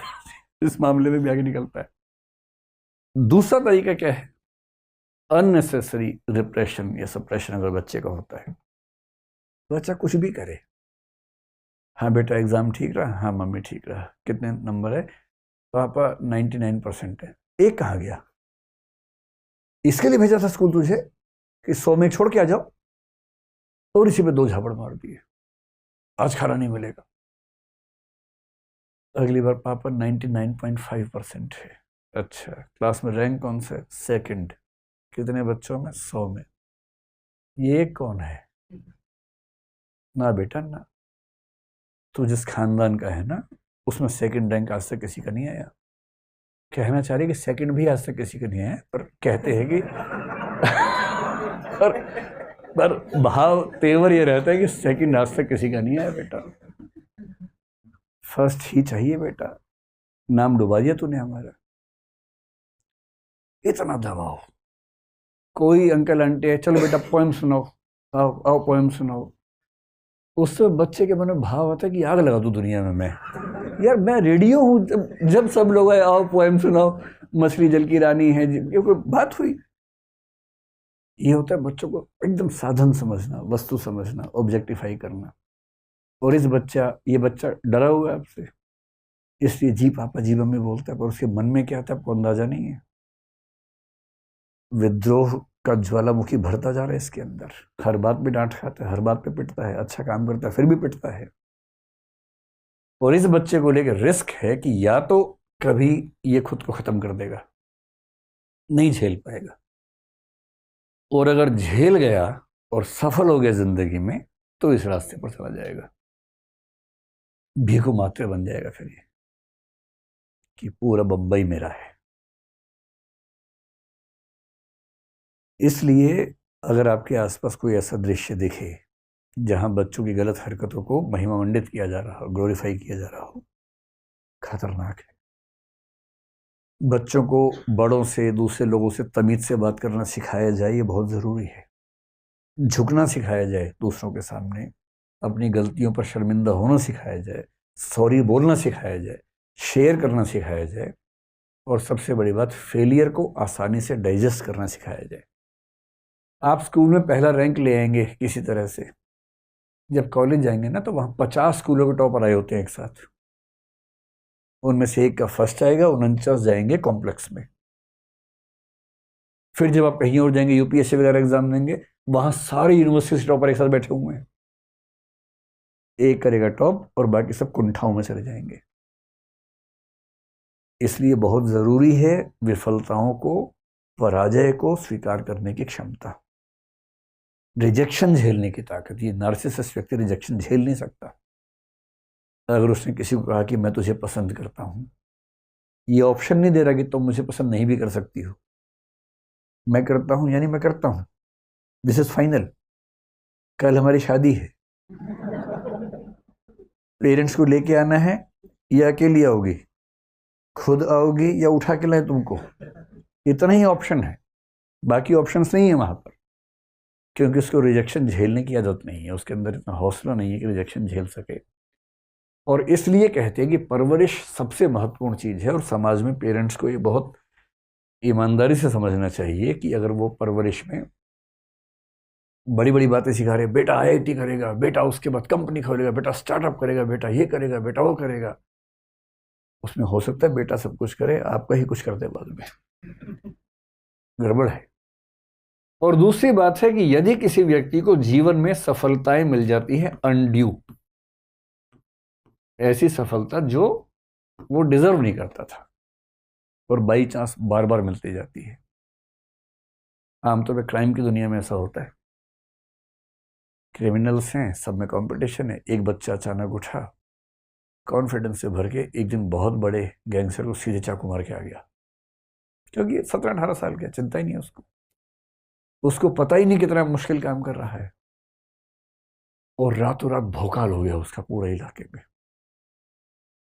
और एक दिन में 17 साल का बच्चा अचानक, मतलब सब उसका इतना सम्मान, पुलिस के लोग सलाम ठोक रहे हैं अकेले में अंधेरे में आके, बड़े बड़े अपराधी कह रहे आज से आप हमारे बॉस हैं, और समझ नहीं पा रहा क्या हो गया। ये सोशल मीडिया में भी होता है, आपने एक कुछ गाया वाया, कुछ पोस्ट लिखी, कुछ डांस किया, अचानक वो वायरल हो गया, कई लाखों करोड़ों लोगों ने आपका देखा वीडियो, लाइक किया और कहा वाह वाह वाह वाह वाह। ये इस व्यक्ति के खत्म होने की शुरुआत है। अब क्या होगा, ये इतना ऊपर चढ़ गया चने के झाड़ पे, इसका उतरना बड़ा मुश्किल है वापस। अब ये चाह रहा है कि मैं फिर से ऐसा डांस करूं, फिर से ऐसे लाइक्स हैं, फिर से आते नहीं है, वो एक ही बार आते हैं, बाई चांस आते हैं। अगली बार आप डांस करेंगे वैसा, तो वैसा नहीं हो पाएगा, उसमें ओरिजिनलिटी नहीं आ पाएगी। और कर भी देंगे तो लोग कहेंगे हाँ हाँ ये वैसा ही है, वैसा ही है। और 1 करोड़ लाइक्स के बदले रह गए 10,000 लाइक्स। उसके पहले 5 भी नहीं आते थे, पर बेंचमार्क आपका 5 नहीं है, बेंचमार्क हो गया 1 करोड़। और आप डिप्रेशन की ओर जा रहे हैं, एंग्जाइटी की ओर जा रहे हैं। आप बार बार चाह रहे हैं मैं उस चीज को दोहरा सकूं जो दोहराना संभव नहीं है, क्योंकि सोशल मीडिया की दुनिया में रोज नया स्टार बनना है। कोई सुंदर व्यक्ति कल आएगा, अचानक कुछ कर देगा, लोग उसके पीछे दीवाने हो जाएंगे। आपकी सुंदरता एक बार देख ली। ऐसे कई लोग हमने देखे पिछले 10 साल में, जो सड़क पर थे, गरीब थे, अच्छा गाना गाते थे, अचानक पॉपुलर हुए, पॉपुलैरिटी झेल नहीं पाए और उसके बाद सब खत्म हो गया। ये एक ट्रैप होता है, ट्रैप। इस ट्रैप को, ये जो अनड्यू सक्सेस होती है, और अगर ये 2-3 बार मिल जाए लगातार, तब तो संभालना बड़ा मुश्किल काम। और कुछ लोग कहते हैं कि बायोलॉजिकल फैक्टर्स भी होते हैं, कुछ हार्मोन्स वगैरह भी होते हैं, लेकिन वो तो एक अलग मामला है जिस पर हमें ध्यान देना चाहिए। वो ये है कि हम अपने समाज में बच्चों को ये समझाएं, क्या समझाएं, क्या क्या लेसन्स हो सकते हैं, क्या ध्यान रखना चाहिए, प्रिकॉशंस अगर कहना हो तो क्या होनी चाहिए? कल को जब आप पेरेंट्स होंगे तो विशेष रूप से काम आएगा। अभी भी छोटे भाई बहन तो होंगे ही आपके, उनको तो सिखा ही सकते हैं। सबसे पहले सिखाना है कि रिजेक्शन भी सीखें, थोड़ा बहुत फेलियर भी सीखें। कोई रिजेक्ट करे ना तो कायदे से रिस्पॉन्ड करना है, मगर रिजेक्ट करने वाले को भी कायदे से करना चाहिए। नार्सिसिस्ट नहीं बनना चाहिए उसको भी, लेकिन अगर रिजेक्शन हो जाए तो ये नहीं कि अच्छा मुझे मना किया, मुझे ये नहीं, ये तो नहीं कि अच्छा ठीक है कोई बात नहीं, एज यू विश। सबसे अच्छा तो ये होता है मस्त मौला होना चाहिए व्यक्ति को। आपने किसी को प्रपोज किया, उसने रिजेक्ट कर दिया, शिफ्ट डिलीट मारिए दिमाग से। और 4 दिन बाद कोई पूछे कि उसने रिजेक्ट किया था, याद आती है? और आप कहें कौन, किसकी, कौन है ये? अरे तू नहीं कोई और से। ऐसा क्या, इतनी बड़ी दुनिया में क्या मतलब है किसी एक व्यक्ति के बीच पागल होने से? ऐसी फेलियर सहजता से, ठीक है भाई, हर आदमी कैसे सफल हो सकता है हर चीज में? ठीक है, हमने कोशिश की, 50 बच्चे क्लास में पढ़ते हैं, मैंने कोशिश की पर मेरा 8वां रैंक आया। मैं 42 से ऊपर हूं, मैं ये भी तो देखूंगा। 7 से पीछे हूं, ठीक है, एक पक्ष ये भी है, पर 42 से ऊपर भी हूं। दोनों के बीच में मेरा सेल्फ एग्जिस्ट करता है, तो उस सेल्फ को मैं समझूंगा। तीसरी बात है कि ये वाला संस्कार की विनम्रता के साथ अपने बड़ों से और बाकी लोगों से भी, केवल बड़े ही क्यों, किसी के साथ भी पेश आने की जो तमीज है वो तमीज तो होनी चाहिए। डेमोक्रेटिक बिहेवियर का एक मतलब क्या होता है कि जब आप कुछ कहें तो आपको अपना विरोधी पक्ष सुनने की क्षमता होनी चाहिए। भाई आपकी राय से सब लोग क्यों सहमत होंगे? कोई आपको बता सके कि सर आपकी बात ठीक है पर मुझे ये बातें सहमति की नहीं लग रही है आपसे। ये ना हो कि अगर ये बोला तो मैं पिटूंगा उसके बाद, नहीं। ये भरोसा हो लोगों को आपके साथ बात करते हुए कि अगर आप उनके विरोध की बात भी करेंगे तो आप शालीनता से सुनेंगे और उसमें से काम की बात को निकाल के स्वीकार भी कर लेंगे। अगर ऐसा आपके परिवार के लोग कर पा रहे हैं, बच्चे कर पा रहे हैं, तो मान के चलिए कि वो कायदे के इंसान बनेंगे, कॉन्फिडेंस से भरे हुए लोग होंगे, ना कि नार्सिसिज्म की समस्या से ग्रस्त होंगे। ये बेसिक बातचीत मैंने इसके बारे में कर ली है। अब आपके मन में जो भी सवाल हों इसको लेकर मनोविज्ञान पर, वो पूछें। कोई चिंताएं हो जो एड्रेस ना हो पाई हैं तो वो पूछिए। सर पूछना ये चाहते हैं कि सेल्फ कॉन्फिडेंस और ओवर कॉन्फिडेंस में वो कैसे पता चलेगा कि हमारा सेल्फ कॉन्फिडेंस ओवर में कंप्लीट हो गया है, और ओवर कॉन्फिडेंस क्या ना करने, ये जो आपने बताया नार्सिसिज्म, ये ओवर कॉन्फिडेंस को नार्सिसिज्म बोला जाएगा? बहुत इंटरेस्टिंग सवाल है। अगर आप मुझे अनुमति दें तो मैं 5-7 मिनट में इसका जवाब विस्तार में देना चाहूँगा, ठीक है? पहले ये समझे कि जो कॉन्फिडेंस हमारे अंदर होता है वो कैसे आता है, कहाँ से आता है। कॉन्फिडेंस का मतलब है कि मैं यह कर सकता हूं, इसका विश्वास। मैं यह कर सकता हूं, ये विश्वास मेरा सेल्फ कॉन्फिडेंस है, ठीक है? मैं ऐसा ऐसा हूं, सेल्फ एस्टीम है। मैं यह कर सकता हूं, कॉन्फिडेंस है। सेल्फ कॉन्फिडेंस का संबंध दरअसल सेल्फ की धारणा के साथ है। और सेल्फ का मतलब है कि सरल भाषा में मेरे मन में मेरी छवि क्या है, इसको बोलते हैं सेल्फ मनोविज्ञान में। मेरे मन में मेरी छवि। बहुत छोटे बच्चों में अपनी छवि होती ही नहीं। जो बहुत छोटे बच्चे हैं, कुछ महीनों तक की उम्र में, उनको ये एहसास ही नहीं होता कि वो हैं, कि वो भी हैं। इसका एक एक्सपेरिमेंट कई लोग करते हैं। कुछ एनिमल्स को लेकर भी ऐसी बात कही जाती है कि उनके अंदर भी सेल्फ कंसेप्ट बहुत क्लियर कट नहीं होता। मैंने ये प्रयोग कई बार करके देखा, आप भी करके देखिए। अगर आपके पास कोई पशु पक्षी हो पालतू, गोदी में उठा लीजिए, अगर छोटा है तो गोदी में उठा लीजिए, शीशे के सामने जाइए। आप कोशिश कर करके थक जाएंगे, वो शीशे में खुद को नहीं देखेगा। वो नार्सिसस की तरह ये समझ ही नहीं पा रहा कि ये मैं ही हूं, उसे लग रहा कोई और है, क्योंकि सेल्फ की धारणा उसके दिमाग में है ही नहीं। आप ह्यूमन बीइंग के जो बच्चे होते हैं, 1 महीने का बच्चा, 1.5 महीने का बच्चा, उसे गोदी में उठा के शीशे के सामने ले जाइए, वो खुद को नहीं देखेगा, आपको देखेगा। आपको देखेगा फिर बाहर देखेगा, कहेगा एक जैसे दिख रहे हैं दोनों। खुद को नहीं देखेगा, क्योंकि उसको ये एहसास है ही नहीं कि मैं भी कुछ हूं। ये सेल्फ की धारणा धीरे धीरे बनती है। और कैसे बनती है? बड़ा खतरनाक कंसेप्ट है। सारा खेल मनोविज्ञान में इस कंसेप्ट पे टिका हुआ है। जिस व्यक्ति ने इसकी सबसे खूबसूरत व्याख्या की मतलब मेरी राय में उससे अच्छी व्याख्या किसी ने की। उसका नाम था चार्ल्स हटन कूले, अमेरिकन सोशियोलॉजिस्ट साइकोलॉजिस्ट कह लीजिए, 1860 से 1930 के बीच में रहा। और ठीक इसी समय में एक व्यक्ति और रहा अमेरिका में ही, जिसको हम बोलते हैं George Herbert Mead. George Herbert Mead. दोनों की व्याख्या मिलती जुलती है, लेकिन C.H. कूले का एक वाक्य बोलता हूँ, वाक्य सुन के आपको आनंद आ जाएगा। उसका वाक्य क्या है? लंबा वाक्य है, लिखने में दिक्कत होगी, बोलता हूँ 2-3 बार ताकि आप मन में बिठा लें उसको। क्या है? उसने 3 वाक्य बोले। आपको लगेगा कि भाषा का खेल है, पर भाषा का खेल है नहीं।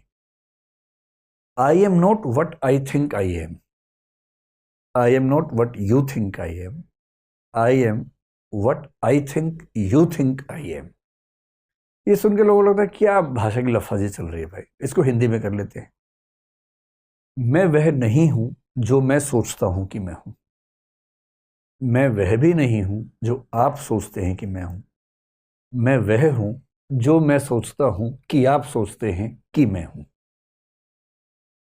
अभी तो ऐसा चल रहा होगा दिमाग के अंदर, ये जंतर मंतर जैसी फीलिंग आ रही होगी ना, लेकिन इसका भाव समझिए क्या है। मेरे मन में अपने आप को लेके सम्मान का भाव है या नहीं। कुछ लोग आत्म अपमान से भरे होते हैं, हमेशा खुद को कोसते रहते हैं कि मेरे अंदर ये नहीं है, मेरे अंदर वो नहीं है, मैं तो पागल हूं, मैं तो ये हूं। हमेशा खुद को खारिज करते रहते हैं। वो उनका सेल्फ है। कुछ नार्सिसिस्ट है, वो उनका सेल्फ है। कैसे बनता है? मैंने आपसे कहा ना, पेरेंट्स सबसे बड़े जिम्मेदार होते हैं। उसी पेरेंट्स वाली बात को G.H. मीड ने एक शब्द दिया जिसको बोलते हैं, जो स्पेशलाइज्ड अदर्स कह लीजिए, या 1-2 शब्द और चलते हैं इसके लिए। एक होता है जनरलाइज्ड अदर्स, और एक होता है, कोई शब्द है बड़ा अच्छा जिसका सिग्निफिकेंट अदर्स है। सिग्निफिकेंट शब्द का इस्तेमाल किया उसने, सिग्निफिकेंट अदर्स। स्पेशलाइज सही शब्द नहीं है, सिग्निफिकेंट। इसका मतलब क्या हुआ? मैं जानता हूं कम से कम 1000 व्यक्तियों को, शायद 10,000 को जानता हूँ। किसी से ऐसी परिचय है, कोई मेरे पड़ोस में रहता है, सामने दिख गया कभी। मेरे बहुत सारे स्टूडेंट्स हैं, मैं चेहरे से उनको जानता हूं, पर मेरी जिंदगी पे उनका प्रभाव बहुत कम है। कुछ लोग मेरे जीवन में ऐसे हैं, आपके जीवन में भी ऐसे होंगे, जिनका आप पर प्रभाव बहुत ज्यादा होगा। उनको बोलते हैं सिग्निफिकेंट अदर्स, G.H. मीड की भाषा में। ये सिग्निफिकेंट अदर्स आपका सेल्फ का कंसेप्ट क्रिएट करते हैं। कैसे? आप अपना कंसेप्ट कैसे बनाते हैं, उन 3 लाइनों को समझेंगे। पहला, मैं वह नहीं हूं जो मैं सोचता हूं कि मैं हूं, यानी मेरा सेल्फ का कंसेप्ट मेरी चाहत से नहीं बनता। मैं अपने बारे में कुछ भी सोचता रहूं तो मेरा सेल्फ का कंसेप्ट वैसा बनेगा नहीं। वो नाटक बेशक करता रहूं मैं, बनेगा नहीं। आप मेरे बारे में क्या सोचते, मुझे फर्क ही नहीं पड़ता इस बात से। फर्क पड़ता है, लेकिन जो कहना चाह रहे कूले, वो दरअसल इससे फर्क नहीं पड़ रहा कि आप क्या सोचते हैं। फर्क इससे से पड़ता है, मुझे क्या लगता है कि आप मेरे बारे में क्या सोच रहे हैं। बड़े खतरनाक बात है। मैं आपको एक एग्जांपल से बात समझाता हूँ।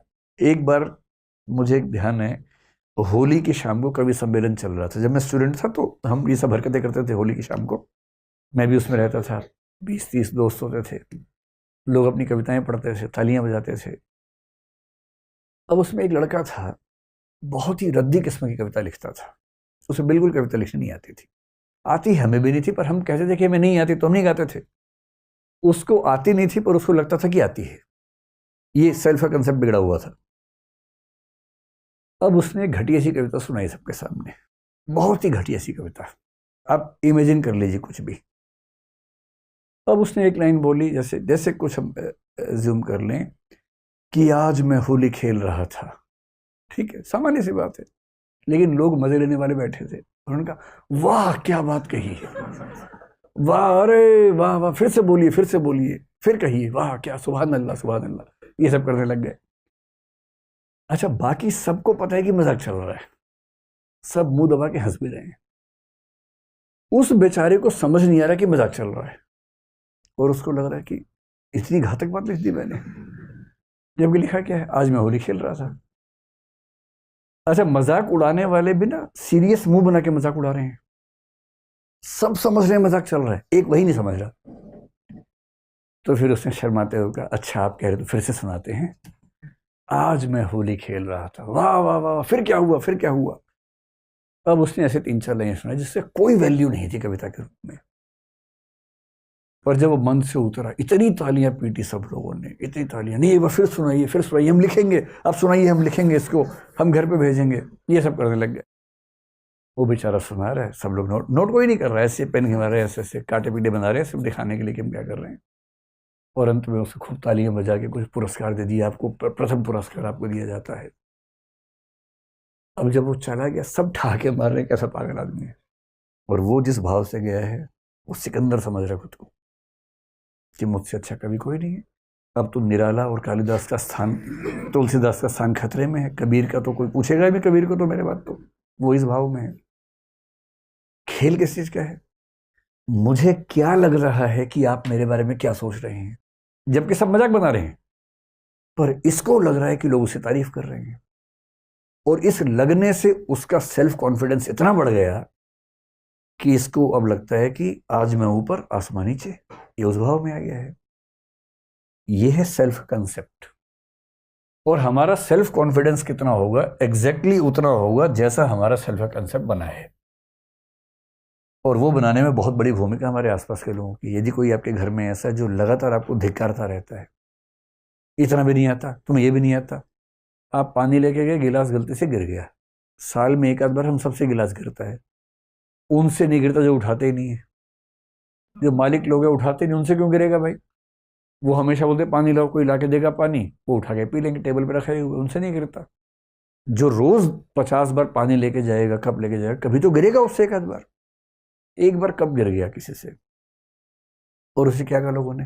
बेशरम, इतना भी नहीं आता, इतने बड़े हो गए, पेड़ जैसे हो गए, कब उठाना नहीं आता तुम्हें अब तक? जबकि रोज 50 बार को 365 से गुणा कर लीजिए, मतलब 3650, मतलब 18-20 हजार बार उसने गिलास रखा, तब एक बार गिरा है, और उस पर इतनी गाली दे दी। होना क्या चाहिए? 20,000 बार में एक बार गिरा, चलो गिरा तो हमें लगा भगवान तो नहीं हो भाई तुम, 8-10 बार तो गिरना ही चाहिए था, एक ही बार गिरा। ऐसे बाप और माँ मिल जाएंगे तो बच्चे में कॉन्फिडेंस रहेगा, और वैसे मिल जाएंगे तो जो थोड़ा बहुत कॉन्फिडेंस खत्म हो जाएगा। इसलिए आपके सिग्निफिकेंट अदर्स आपकी चीज़ों पर कैसे रिएक्ट करते हैं, कैसा एहसास दिलाते हैं, इस सबसे तय होता है आपका कॉन्फिडेंस। अब सेल्फ कॉन्फिडेंस में एक स्थिति होती है अंडर कॉन्फिडेंस की, एक होती है ओवर कॉन्फिडेंस की, और एक होती है रीजनेबल कॉन्फिडेंस की। इसका पैमाना क्या होता है? बड़ा सरल सा पैमाना है। खुद आसान नहीं होता, कम से कम एक आध व्यक्ति आपके आसपास ऐसा चाहिए जो आपका दोस्त भी हो और समझदार भी हो, जिससे आप कह सके देखो यार, मुझे ऐसा लगता है कि मैं सेल्फ कंसेप्ट मेरा बिगड़ा हुआ है, डिस्टोर्टेड है। बहुत योग्य व्यक्ति अंडर कॉन्फिडेंट हो सकता है कि है बहुत योग्य, पर उसने सबकी नज़रों में यही देखा कि वो कुछ भी नहीं जानता। मैं ऐसे कई बच्चों को देखता हूँ, इतने योग्य हैं पर कॉन्फिडेंस रत्ती भर नहीं है उनके अंदर। और ऐसे भी हैं कि योग्यता उतनी नहीं है लेकिन कॉन्फिडेंस चरम पे रहता है, नार्सिसिज्म के आसपास रहता है। तो जिस व्यक्ति में कॉन्फिडेंस उसकी योग्यताओं से कम है या ज्यादा है, इसका मतलब उसका सेल्फ कंसेप्ट डिस्टॉर्टेड है, बिगड़ा हुआ है, उसे सुधारना है। उसे सुधारने का सरल सा तरीका है, या तो किसी मनोवैज्ञानिक से मिलना चाहिए। और मनोवैज्ञानिक से मिलना ऐसी बुरी बात नहीं होती है। भारतीय समाज में लगता है कि पागल हो क्या, मनोवैज्ञानिक से मिलोगे, अरे पागल हो गया, पागल हो गया। ये ड्रामा नहीं करना है। जैसे तन बीमार होता है वैसे मन भी बीमार होता है। तन बीमार हुआ, खट से डॉक्टर के पास चले गए, मन बीमार हुआ, उसको लेके घूम रहे हैं ऐसे ही। क्या मतलब है इस बात का? किसी बढ़िया मनोवैज्ञानिक से मिलना उतना ही जरूरी है जितना खांसी होने पर डॉक्टर से मिलते हैं, कोविड हुआ इंजेक्शन लगवाने गए, तो मन भी तो बीमार होता है। किसी ऐसे समझदार व्यक्ति से मिलके उससे पूछना चाहिए। वो क्या करेगा? वो आपकी क्षमताओं को टेस्ट करेगा, और फिर वो ये देखेगा, बहुत सारी स्टेटमेंट्स पे आपसे टेस्ट लेके देखेगा कि आपका कॉन्फिडेंस कितना है, और आपका कॉन्फिडेंस आपकी क्षमताओं से मैच करता है कि नहीं मैच करता है। अगर मनोवैज्ञानिक से न भी मिलने का मन हो, कोई समझदार व्यक्ति ऐसा कर सकता है। बस 2-4 दिन आपके साथ बातचीत करे ठीक से, और वो अंदाज़ा लगा पाएगा कि आपकी जो क्षमताएं हैं, आपका कॉन्फिडेंस उससे बहुत ज़्यादा या बहुत कम तो नहीं, थोड़ा बहुत ऊपर नीचे तो स्वाभाविक बात है, बहुत ज़्यादा या कम है तो गड़बड़ है। और तरीका वही है, आपकी क्षमताओं का टेस्ट लेना पड़ेगा। जैसे मुझे कई बच्चे बोलते हैं हमें तो कुछ नहीं आता। मैं अपने घर में देखता हूँ, एग्ज़ाम से पहले बच्चे बोलने लगते हैं कुछ नहीं आता, कल एग्ज़ाम है, कुछ नहीं आता, सब भूल गए, फेल हो जाएंगे, और हमेशा पास हो जाते हैं। तो मैं उनसे बोलता तुम यार टेंशन ना लो, फेल होगे तो मेरी जिम्मेदारी, तुम जाओ ना मस्त होके, जो दिमाग में है बस लिख के आ जाना, टेंशन मत लेना। क्योंकि बेंचमार्क क्या है, एग्जाम से एक रात पहले आपके पाठ्यक्रम में 100 क्वेश्चंस हैं और 100 में से आपको मान लीजिए 80 याद है, 20 याद नहीं हो पा रहे, आपका दिमाग उन 20 पे ही लगा हुआ है, ये भी याद नहीं, ये भी याद नहीं, ये भी याद नहीं, 80 पे ध्यान ही नहीं है आपका। और पेपर में क्या होना है, 10 क्वेश्चन आएंगे, उनमें से 8 करने हैं और आपको 80 पहले ही आते हैं जिस पे आप ध्यान नहीं दे रहे हैं। इसी अक्सर क्या होता है कि तैयारी मतलब एग्जाम से एक दिन पहले बच्चों का ये बोलना कि कुछ नहीं आता और एग्जाम के बाद बड़ा अच्छा हुआ, ये बहुत स्वाभाविक है क्योंकि बेंचमार्क्स दोनों के अलग अलग हैं और इसी तनाव में हमेशा रहते हैं। इसलिए क्षमताओं को टेस्ट करना बहुत ज़रूरी है। जैसे मेरे पास कोई बच्चा बोलता है कि मुझे लिखना बिल्कुल नहीं आता, मैं ये बात मानता ही नहीं जब तक वो लिख के ना दिखाए। जब वो लिख के देखता है तब मैं उसको बोलता हूँ कि भाई तुम्हारा परसेप्शन बहुत गलत है, आपकी भाषा और आपकी लेखन क्षमता लगभग 80% बच्चों से बेहतर है। और जब कोई एक्सपर्ट आपको ये बात बोलेगा तो वो क्या कर रहा है, वो सिग्निफिकेंट अदर बोल के बन के आपका सेल्फ का कंसेप्ट चेंज कर रहा है और वही उसकी भूमिका होनी चाहिए। ठीक है। नमस्कार सर, मेरा नाम दीप्ति है। जी। सर, शायर का ये कहना